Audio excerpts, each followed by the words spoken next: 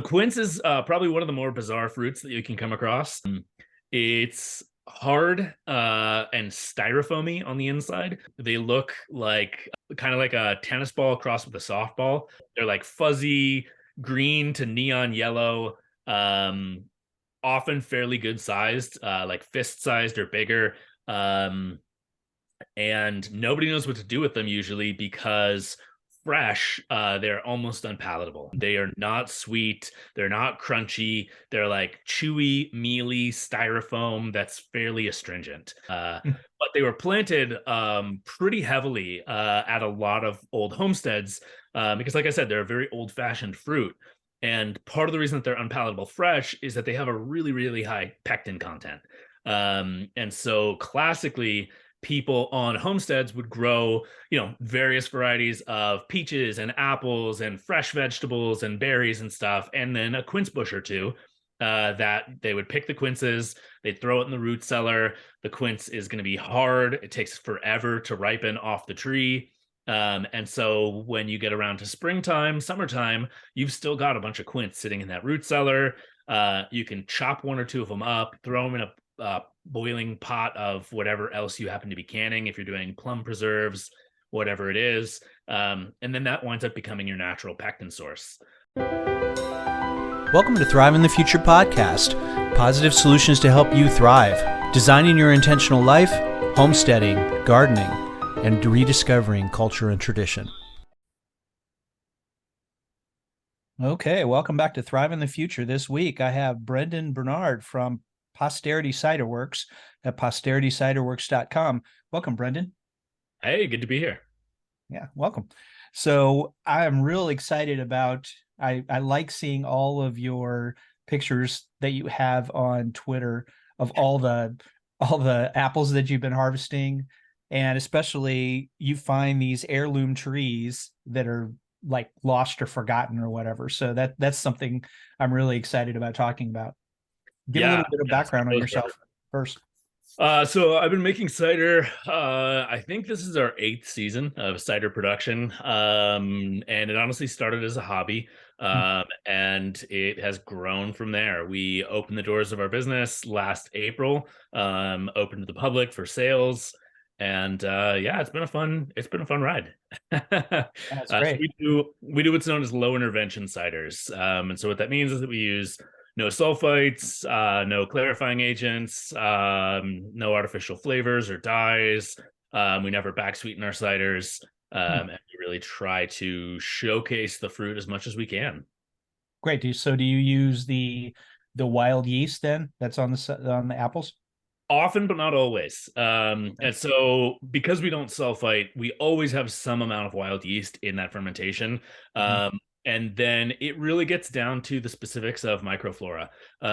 Because we harvest from so many different orchards, and we're in the Sierra foothills, the Sierra Nevada foothills, so Eastern California, and we harvest all sorts of orchards, various microclimates, anywhere from about 1,000 feet up to about 5,500 feet. And Wow. So there's a lot of variation in terms of environmental conditions, which has, some really fun impacts on the fruit, but it also has an impact on the microflora. And so some orchards, we find the wild yeast that lives there is just bad. It doesn't produce a particularly enjoyable beverage. And it doesn't really do a service to the fruit that we're dealing with from that orchard, which may be amazing. And so sometimes we'll use commercial yeasts alongside. Sometimes we'll do like a mixed ferment where we let the wild stuff go for a week or two, whatever, build up a population and pitch a commercial to finish it. It really depends. We use a mixture of the native yeasts. Sometimes we get wild strains that start off in one orchard. We'll pitch them into a cider from another orchard because we like the effect that that particular wild strain has.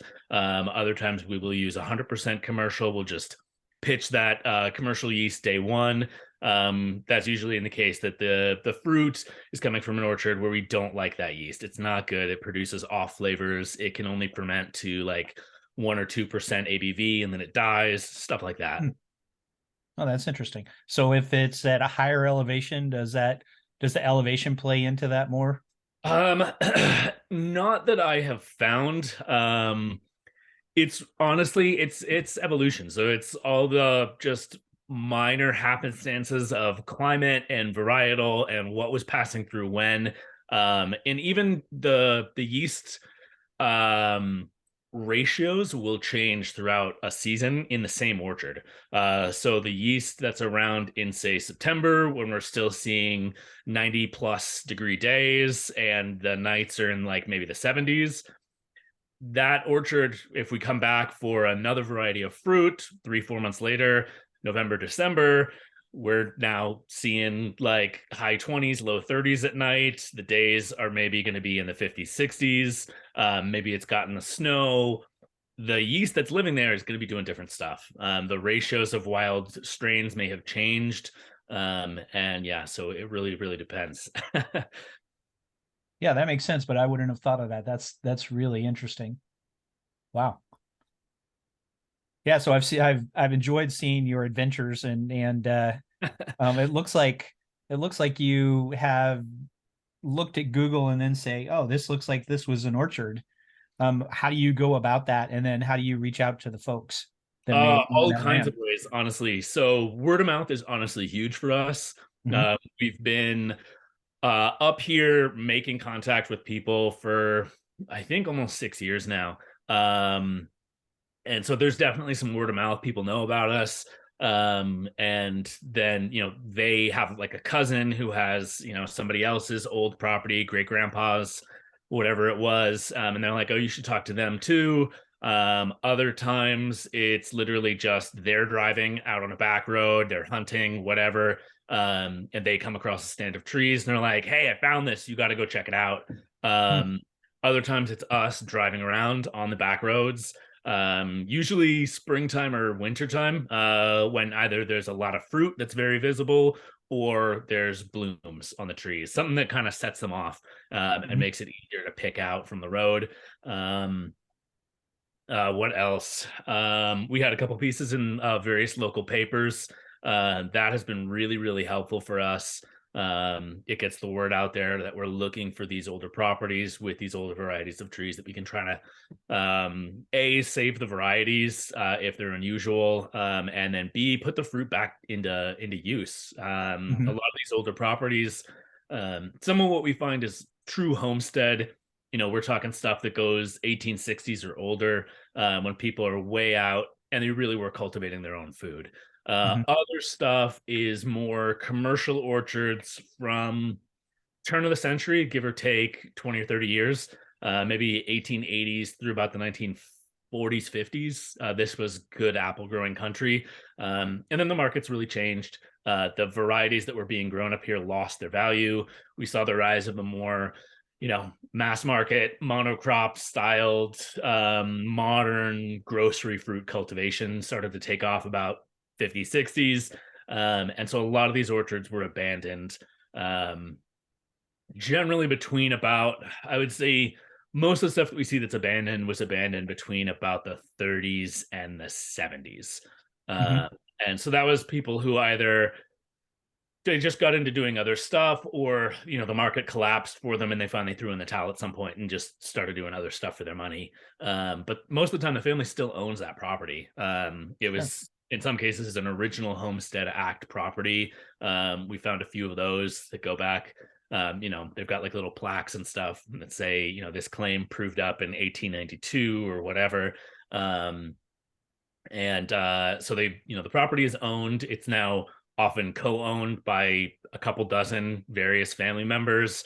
One of the properties that we check in on from time to time, I think he told me that there were 112 owners, that were all various cousins and second cousins and fourth cousins and great grandparents and everybody. And so we just, we coordinate with whoever lives closest, in that case. And yeah, it's really amazing. Um, we get some really cool finds. Yeah, that sounds like a treasure hunt. That's pretty great. It honestly, it really is. It's super satisfying, that like puzzle component, especially if it's a property that we maybe don't have an introduction to. We know where it is. Maybe we can find the nearest neighbor and leave a card. Sometimes I leave notes on like the ranch gates, because a lot of these properties basically they stopped being used for apple production, and then they started being used for something else. And typically, so we saw a little bit of a segue up here from apples to walnuts. So Mm. walnuts were a good cash crop, maybe 20s through the 60s. A lot of stuff went in. So sometimes they just switched over, planted another tree crop, and then that market collapsed too. And then a lot of what we see is mostly just ranching. So the trees are basically just creating some shade that holds grass for a little bit longer. They drop fruit, cattle are going to eat it. And so sometimes we can check in with feed stores, or again, just leave notes on the ranch gates and say, I'd love to know who you're renting this from. I want to talk to them about their apples. And sometimes we hear promptly, and other times, it can be like 18 months before somebody actually gets out there and sees the note that we left. Wow. Yeah. Yeah, so you leave the note in plastic, so even if it's months later, yeah, that's Exactly. Yeah. interesting. Just like Ziploc bags and rubber bands to the gate, and fingers crossed somebody sees it and hears about it. And sometimes, people are actively living there. It's literally just, Mhm. you knock on the door, people come to it, and you say, hey, I saw you've got about a dozen trees down at the bottom near the road. Any interest in having somebody pick those? And most of the time, with all of the properties that we work with, the answer is usually yes. People often start to see these trees as more of a nuisance than a benefit. Mhm. They were originally planted, obviously, to be 100% benefit. They were either truly a food source, like people, homesteads growing their own food, stuff that would go into root cellars for months, and keep that family going. And then other times with the commercial stuff, like sometimes we get people who remember when it was a productive orchard. Maybe they're in their 70s now. They remember being 10, 15 years old, helping with maybe a harvest or two before things kind of shifted and we got into full abandonment. And most of the time, people want to see it become what it was, Yeah. turn back into a productive resource for the family and for the community again. Great. So if someone sees that and they're open to that, what recommendations do you give them to bring their trees back to, health or life or whatever? Yeah. So, for one thing, a lot of what we see, there is obviously a winnowing, right? Like when you take a full orchard and you abandon it for 60, 80, 100 years, some of those trees are probably going to die.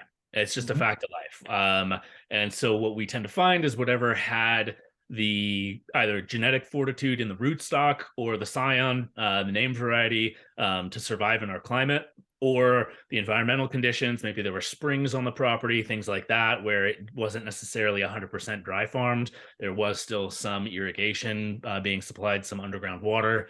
Um, Larger trees are tending to grow deeper down into the ground. So orchards where the rootstock wasn't the modern dwarfing variety, but was these older seedling rootstocks. Again, people who are growing their own orchards for food in the 1870s, they weren't necessarily ordering rootstock off of Fedco or whoever, your local rootstock dealer. They were planting their own seedling trees, and seedling trees are going to be a bigger genetic crapshoot. You're going to get all sorts of combinations, but in general, what I see is a lot of the seedling varieties. They're the ones that had the ability to survive and find their own water because they were never transplanted. They had an actual taproot, where a lot of the more modern rootstocks are clonal, so they only have surface roots. So they aren't throwing down that deep taproot that can, when you do withdraw care, that can find its own water. And so a lot of the time, my recommendation for people is basically just accessibility. And again, like I'm not going to tell somebody who's in their 70s or 80s, like, well, you got to go prune these 100 trees for me.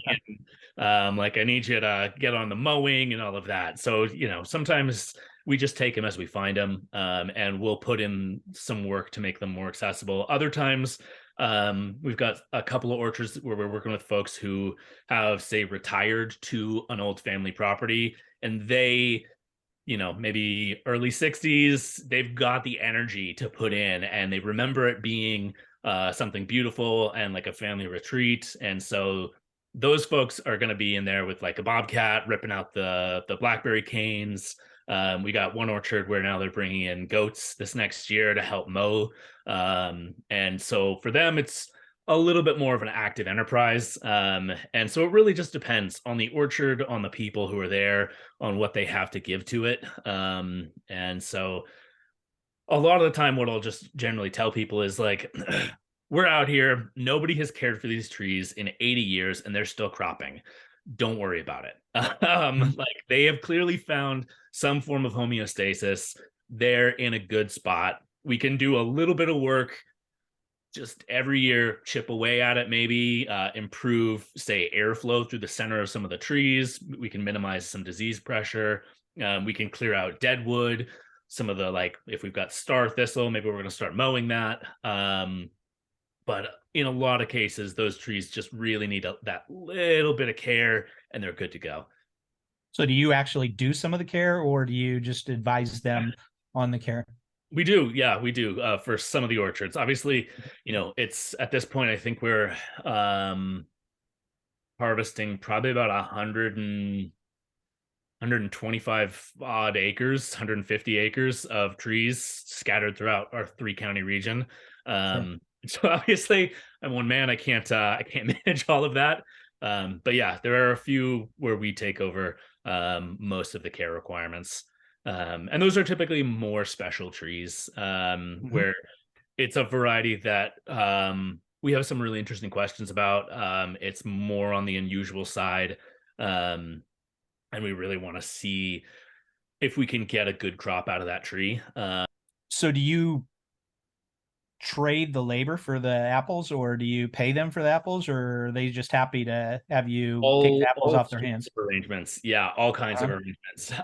So sometimes we do just trade. So we give them store credit for the value of their fruit in cider, or we have sweatshirts, merch, whatever people are looking for. Other times, yeah, it is more just labor. We've got a lady who says, like, you can't pay me for this. I appreciate you taking them because I just have to wheelbarrow all this fruit down to the bottom of the ravine and dump it out for the deer. You're saving me effort. Oh, wow. Knock Yeah. yourself out. So it really runs the range. Sometimes we have people who it's strictly business, like they want that check. They don't ever even want to taste the cider. And it really runs the range. That's interesting. So do you have your own orchard? We do, yeah. So we've planted about 2.5 acres of trees. And that is honestly, for me, that's really less of an orchard, more of a test lab. And so that is about, I think, 105 odd varieties of apple, pear, and quince. We're dealing with a lot of different rootstocks, a lot of different named varieties. And that's really about figuring out what varieties do the best in our climate with what rootstock combinations and what care regimens. And so that orchard is less about like getting a yield to produce cider from and more about, obviously I want that fruit. This is not entirely without purpose. But in a lot of ways, it's about figuring out, what happens when you take like a French bittersweet apple variety, from the 1700s, and you take it out of Normandy and you put it in the Sierra foothills, where it's going to see 115-degree summer temperatures and winters that are probably colder than it's used to. What happens to that fruit? And so that kind of gets into one of the big points about just the terroir of apples. Everybody talks about terroir with wine grapes. The growing region is going to affect the fruit. A Pinot Noir grown in the Napa Valley is going to taste different from that Pinot Noir grown in Oregon or in upstate New York or in France. They're all going to have different characters. That's not really a contentious point. But when you start talking about that with apples, people sometimes look at you funny. But it's really true. We have an unusual climate here, and we can subject the trees to some really interesting variations from what they were classically grown in. And sometimes they have a hissy fit. They hate it here. And I cannot I cannot keep them alive on no matter what rootstock I try. And then we say, just throw up your hands and like, okay, this is that test lab portion. This is us figuring out that this variety can't handle it here. And then on the other side of things, we see a lot of varieties have more fortitude than we would really think about them having. There's some French and English apples that, so far, in my experience, they take very, very well to the Sierra foothills, which is not something that I think a lot of the people in those original regions would expect. And then on top of that, what we see is radical changes in the fruit property. So we have really hot summers, we have a lot of UV exposure, and we have really dry summers. And all three of those things are going to drive massive sugar production and aromatic production. Wow. And so we can see things that start to just, we go from, say, an English or a French bittersweet that might be 4.5% alcohol typically. In those regions, we grow it and we see 9, 10, 12%. And so that's obviously higher ABV, but it's not just about the ABV. That's really just a shorthand for how concentrated that fruit's flavor has become. Wow. And so we'll see these varieties start to really change in flavor. And so that really is that test lab portion of what we're trying to do, is figure out, like, what can you do? What can you make some of these apples become? What variations are possible from these fruit varieties? Wow, that's great. Yeah, I have several I have 10 acres in northeast Kansas, and I've planted a lot of apples, and those English cider types don't seem to do very well, but most of probably because I get them from the northeast US. And Sure. then and my grafting skill is not that great. So, but usually when I plant them, then they don't like it as much. But I've got some Roxbury russet, and I've got a lot of Arkansas Black. Those do really well. Nice. Yeah, I was actually literally this last week, I was pressing about 1,600 pounds of Arkansas Black that we've harvested from 4 different local orchards. And yeah, the Arkansas Black loves it here. And that one doesn't shift too much in terms of its sugar profile. It's up maybe 15-20% from what you'll see in other growing regions. But I haven't really tried enough from other regions to be able to say how the aromatics have changed. But that's really, we can see small changes and then massive changes in other varieties. So there are some that are like right on the nose. They seem to be almost exactly the same from what people talk about them being in the Pacific Northwest or in the Northeast, New England. And then there's other stuff where it's just we are way, way, way outside the normal range. And that's honestly just super fun from an experimental standpoint of just what can cider become.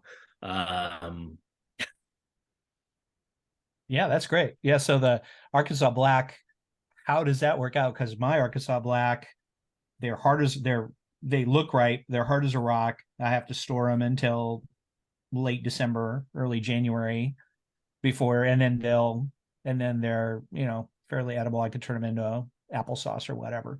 So are they have a different characteristic there in your area? Yeah. So what we see is I love them honestly as a fresh eating apple. In this region, they take really well to that. They're dense but still crunchy. We've had them from other spots. We used to live in Half Moon Bay, just south of San Francisco. We had some Arkansas Black there as well. And those ones were almost inedibly dense, fresh off the tree. And that's just not what we see out here. And so some of that is just going to be growing conditions. Like maybe it likes the soil here more despite the heat and the lack of water. Half Moon Bay is fairly temperate as an environment. It's not particularly challenging. We really didn't see hot days, not really prolonged droughts. But for whatever reason, those Arkansas Blacks were much more dense and much smaller. And so, yeah, there's just some of those variations that really, like I said, there is a true terroir effect for apples. And I'm sure that cider made with your Arkansas blacks, if you could magically teleport them out here and I could play with them right next to the ones that we're harvesting out here, we could see two different ciders. Mm-hmm. That's interesting. Wow. So tell a little bit about your cidery setup. Okay. So we originally wanted to do all the production in our barn.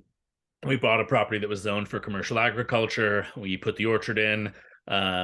Small production volume wineries can be classified as ag-based businesses. And then our county basically said, absolutely not. You can't have a cidery there under no conditions. That would have to be like a factory zoning. And then it was just like this whole snowballing process. So what we wound up having to do is we found a nano winery that had been for sale for a couple of years, about 30 minutes north of where we live. And we bought that instead. And so we have a tasting room, which is nice. And we also have a production floor. So we have a variety of fermenters. I use oak barrels. I use steel. We use some plastic containers for stuff that's going to have lower residence time. And it really just depends on the cider, what it winds up in. We've got a couple of different pressing setups. Again, depending on how much fruit we're dealing with, that's going to affect which of the sized presses I use. Yeah. Well, that's great. So let's talk a little bit about your types of cider. I have the Happy Little Accidents that I bought, and I'm saving it for Christmas celebrations. There you go. That's a fun one. So yeah. That one was finished in a bourbon barrel. So that one, not technically bourbon, 2-year-old corn whiskey. And so that's going to have some significant difference. We have a variety of barrels, varying ages. There's a distiller near us, and so that's very convenient. We get his empty barrels, and that kind of gets back to because we don't use any sulfites in our cider production. Sulfite is used as a chemical pasteurizer and as an oxygen scrubber. And by foregoing sulfites, we have a higher risk of contamination. And so wine barrels are not something that we really like to use because wine typically, the winemakers are going to be managing their microbial loads inside the barrel with sulfite additions throughout the aging process. And so wine barrels that we get are going to have some sulfites caked in, and they also may have some bacterial populations that we don't want to be introducing to a cider that's not going to get sulfited at all. We'd wind up seeing just a massive explosion. But we have a distiller. I get a barrel that's been freshly emptied to have 65% alcohol, gin or bourbon or corn whiskey, things like that. And I can be pretty confident that that barrel is very, very clean. And that also gives us a pretty broad palette in terms of like flavors to bring into the cider if we choose to. Some going from totally neutral, others are going to be, if we get we did a plum wine in a 7-year-old bourbon barrel, and that was a huge bourbon influence. The corn whiskeys are going to be much more subtle and much more delicate. They're not going to step in there with as pronounced a note. So the Happy Little Accents was second use of a 2-year-old corn whiskey barrel. So you're going to get the bourbon kind of caramelized sugars note in the nose and a little bit of spicy sweet oak on the finish, but you're still going to get a lot of fruit in the middle. That one's fun. It's a mixture of about a dozen different varieties of apple, along with a little bit of quince. And so that one, the name Happy Little Accents, it honestly started because we were pressing quince on the same day that I was doing a disgorgement on some riddled cider. So riddling is the champagne process where you turn all the bottles upside down, get all the lees down into the neck of the bottle, and then you flip it over, pop the top off. The pressure that's inside that vessel is going to pop out that yeast plug. and then you quickly recap it again, and you wind up with a more clarified cider. So we're doing that, and the disgorgement bucket, where all of the sediment and yeast mixed with cider was going, got slid underneath the press that was pressing the quince, and we wound up mixing several gallons of quince in with several gallons of this finished cider yeast. And that was not what the plan was for the quince. And so he said, let's not throw this away. Let's just let it ride, let it ferment and see what happens. And it wound up in kind of a fun place. And then we started just blending in. So that one is about a dozen different ciders blended together along with the quince, a bunch of different yeast strains, and then finished for about 3 months in, or maybe 4, in that corn whiskey barrel. And it wound up in a really fun place. Wow. So yeah, you were talking about on Twitter this week about quince. I've not had quince. What's quince like? So quince is probably one of the more bizarre fruits that you can come across. It's hard and styrofoamy on the inside. They look like kind of like a tennis ball crossed with a softball. They're like fuzzy green to neon yellow. Often fairly good sized, like fist sized or bigger. And nobody knows what to do with them usually, because fresh, they're almost unpalatable. They are not sweet, they're not crunchy, they're like chewy, mealy styrofoam that's fairly astringent. It's not a particularly enjoyable experience. But they were planted pretty heavily at a lot of old homesteads, because like I said, they're a very old-fashioned fruit. And part of the reason that they're unpalatable fresh is that they have a really, really high pectin content. And so classically, people on homesteads would grow, various varieties of peaches and apples and fresh vegetables and berries and stuff, and then a quince bush or two. That they would pick the quinces, they'd throw it in the root cellar. The quince is going to be hard. It takes forever to ripen off the tree. And so when you get around to springtime, summertime, you've still got a bunch of quince sitting in that root cellar. You can chop 1 or 2 of them up, throw them in a boiling pot of whatever else you happen to be canning, if you're doing plum preserves, whatever it is. And then that winds up becoming your natural pectin source. And so it helps your jams and jellies and various preserves set, which was very important in the days when you can't go down to the grocery store and just get that little jar of ball pectin sugar mix or whatever and just spoon it in. You had to actually get it from the fruit itself. And so typically crab apples and quinces were one of the biggest natural sources of pectin.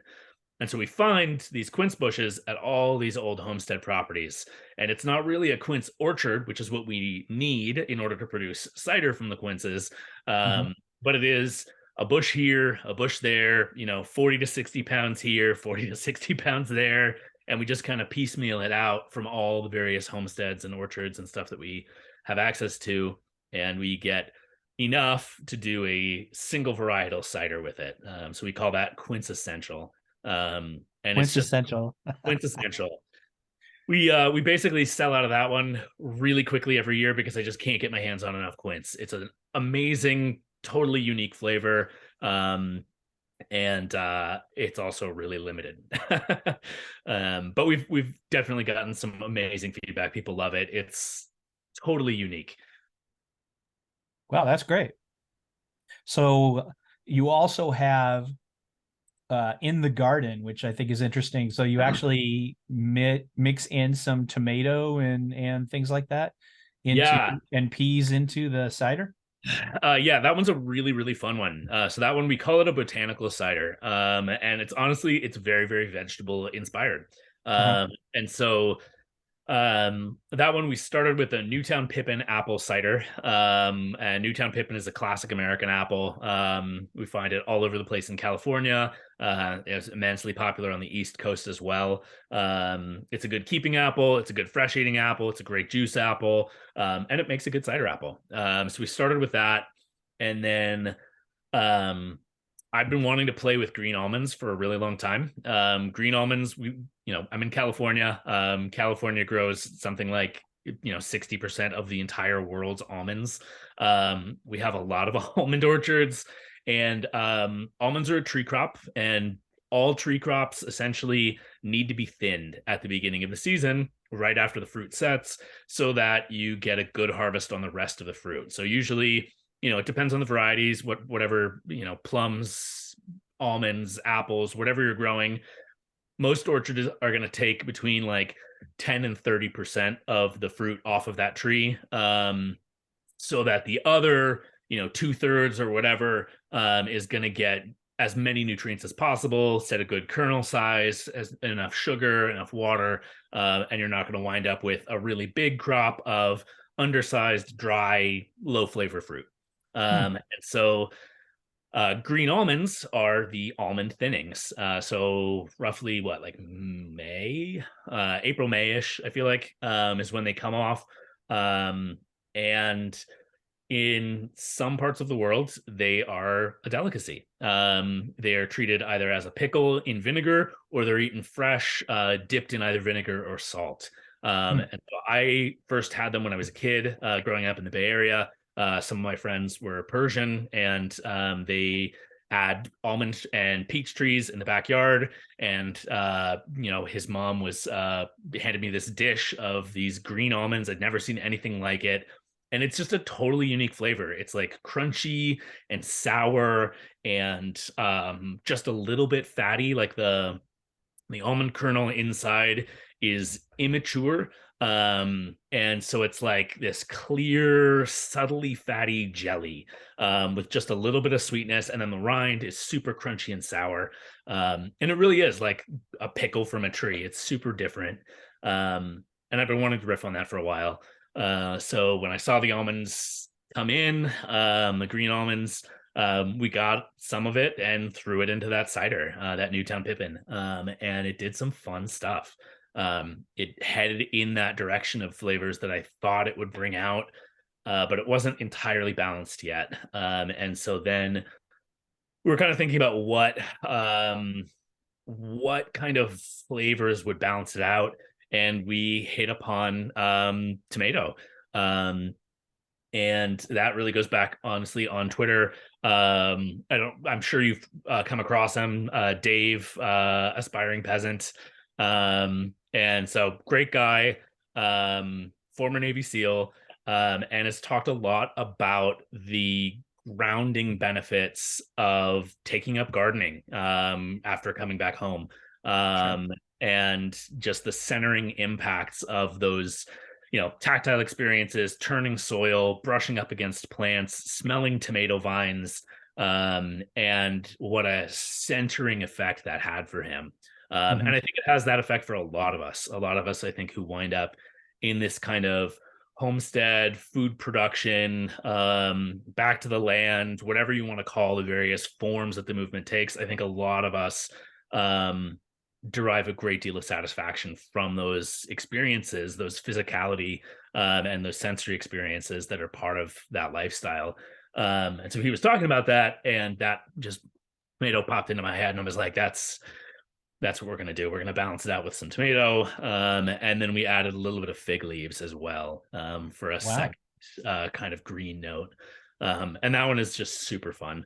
It's very different. It's unexpected. There's pronounced like tart apple right up front.